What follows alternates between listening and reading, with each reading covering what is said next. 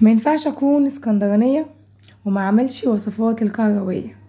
عملنا الفتة بتاعتهم بالطريقة المظبوطة، وكمان عملنا شوية اضافات كده من عندنا عشان ندلع وصفتنا، وعشان نوفر ونضرب عصفورين بحجر. مش هنشتري عيش ناشف خالص، اسمعوا القرمشة معانا وهتقولوا ان احنا فعلا عملنا العيش بطريقة حلوة جدا. كملي معايا الوصفة بتاعتنا النهاردة، وسامحوني على صوتي وصوتي تعبني خالص. تمام. كل سنة وانتم طيبين. عيد أضحى عليكم مبارك إن شاء الله.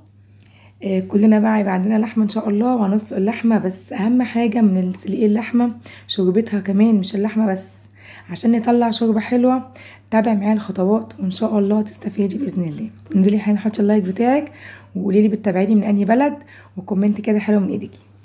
معايا لحمة غسلاها غسلة كويسة ومصفياها ومنشفاها، عليها ملح، عليها فلفل اسمر، وعليها ورق لورا، ولو عندك روزماري تمام، وبصلايه، وتبلتها لمده ربع ساعه كده. تمام. معايا حله حلوه كده على النار،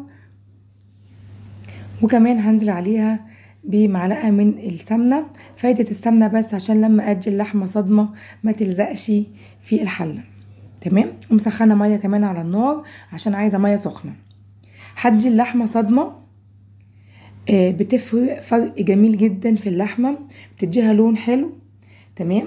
يعني ما تسلقيش في ميه على طول، اديها صدمه الاول، تاخدي لون حلو منها، وهتاخدي كمان لون شوربه في منتهى الجمال، وهتشوفي كل حاجه بعينك قدامك كده على الشاشه.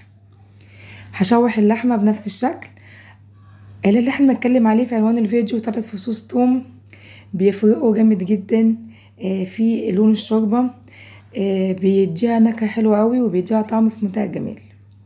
بعد ما شوحت اللحمه لمده كده ربع ساعه كده تمام، نزلت بميه سخنه على طول، وشلت الريم، والحمد لله ما طلعتش ريم جامد قوي، يعني يا دوبك حبه صغيرين جدا. تمام. وبعد ساعه كده بالظبط، هو دوت لون الشوربه بتاعي. اللحمه استوت في منتهى الجمال. بصوا لون اللحمه عامل ازاي، ولون الشوربه في منتهى الجمال، جميله جدا. حابه تحطي اللحمه الملح في نص السوا تمام، عايزه تحطيه في الاخر برضه براحتك. انا حطيت لها ملحها، وكمان كملت السوا بعديها كده بشويه. هنا خلاص الشوربه عندي جاهزه، واللحمه عندي جاهزه، وهو ده اساس الفته عندنا النهارده. الفيديو النهارده بتاعنا كامل متكامل، يعني هنعمل الوصفه بتاعتنا من اولها لاخرها. يلا نعمل شويه رز ابيض كده على السريع، وكلنا ستات شاطره بنعرف نعمل الرز الابيض، بس زي ما قلت لكم فيديو كامل من اوله لاخره. نزلت بمعلقتين من السمنه على معلقتين من الزيت، ونزلت بالرز بتاعنا، وبعد كده قعدت اشوح فيه. نزلت بملح وفلفل اسمر وورق لورا، وحط بقى شويه خل.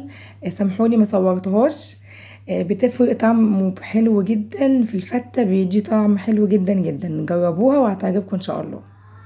ونزلت بالشوربه بتاعتنا بتاعت اللحمه. رز الفته بيتعمل بالشوربه، ما بيتعملش بالميه. تمام. نزلت بشويه من الميه من الشوربه لغايه طبعا ما يستوي معانا. بعد كده على طول نزلت بمعلقتين من السمنه على فص توم كبير كده عندك. تمام. بنفس الشكل فرمته بنفس الشكل، وحمرته، ونزلت بيه صلصه طماطم مصفياها. وبقى بنزل بربع كوبايه من الخل. ما تكتريش خل كتير عشان احنا لسه هنعمل خل تاني. تمام. ونزلت بملح وفلفل اسمر، وسبتها شويه على جنب تتسبك. ما كانش عندي صلصه خام، حطي معلقه صلصه خام، بتدي شكل وطعم حلو جدا. هنا معايا معلقه من هريسه الشطه عشان عايزاها سبايسي شويه. اللي متابعني عارف ان انا ما بحبش الحاجه يعني بارده شويه، بحب الحاجه حاميه جدا. تمام. هسيبها تتسبك على النار، وعقبال بقى ما الصلصه تتسبك والرز يستوي نكونوا حمصنا العيش بتاعنا. عيش البيت بتاعنا مش يعني كفايه هو بقى غالي، فمش هنشتري كمان عيش ناشف، لا ده احنا هنعمله بطريقه حلوه جدا وهتعجبك ان شاء الله.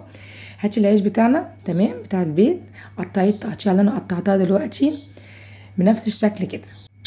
قطعي العيش عواميد عواميد بنفس الشكل، وبعد كده رجعي تاني ربعيه بقى، يعني قطعي مربعات كده بايدك بنفس الشكل. الموضوع سهل جدا جدا، يعني مش هنشتري عيش ناشف من بره، طول عمرنا بنشتريه من بره. تعالي بقى نوفر شويه واعملي بالعيش بتاع البيت، وهتاخدي نتيجة مظبوطة ان شاء الله. ومش بياخد زيت خالص، يعني ما بياخدش زيت كتير، عشان ما حدش يقول هو بياخد زيت، ما بياخدش زيت خالص. ايه بقى رايكم في شكله؟ شكله حلو جدا جدا يعني. بصوا في منتهى الجمال. الزيت سخن، هنزل عليه على طول بنفس الشكل، واقعدي بقى ايه بقى قلبي فيه قلبي فيه لغايه ما يتحمص، يعني ما تسيبهوش وتروحي تعملي حاجه تانية. خليكي قدامه كده عشان هو بيتحمص بسرعه، ما بيغيبش خالص. تمام. وده كان شكله بعد ما اتحمص. اسمعوا بقى معايا القرمشه، صوت وصوره معايا.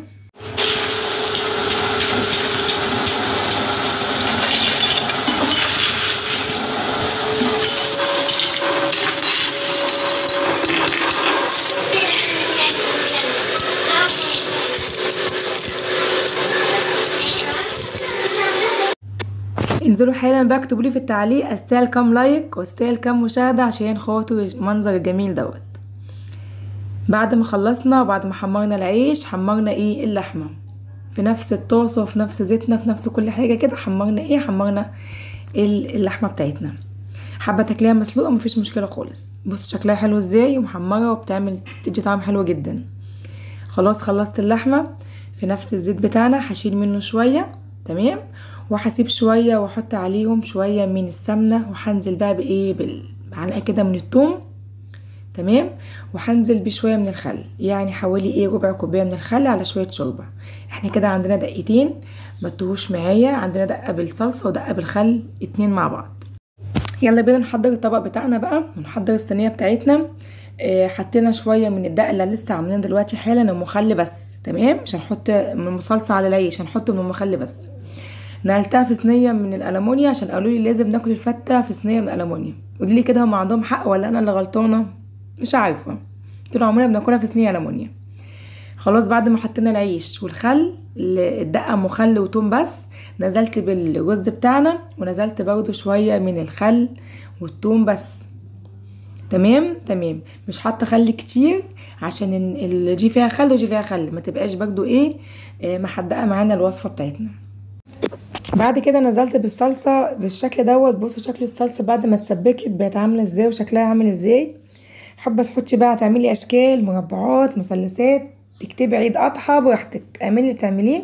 اهم حاجه حطينا الصلصه وحطينا اللحمه وشويه صلصه فوق اللحمه كده عشان تدي شكل جمالي بنفس الشكل. شكل الفته وشكل الصينيه جميله جدا في منتهى الجمال. وعملنا شويه درنشه كده، حطينا شويه من العيش الناشف على جنب كده، برضه بتبقى التاكليه وهي طعمها حلو جدا ومقرمش في منتهى الجمال في منتهى الجمال في منتهى الجمال. الفيديو بتاعنا خلص. يا رب يكون الفيديو عجبكم ويا رب تكونوا استفدتم. عملنا الوصفة كانت صدمة بالنسبة لي، طعمها كان في منتهى الجمال في منتهى الجمال. جربوها وهتعجبكم ان شاء الله. هسيبكم في رعاية الله ومع السلامة.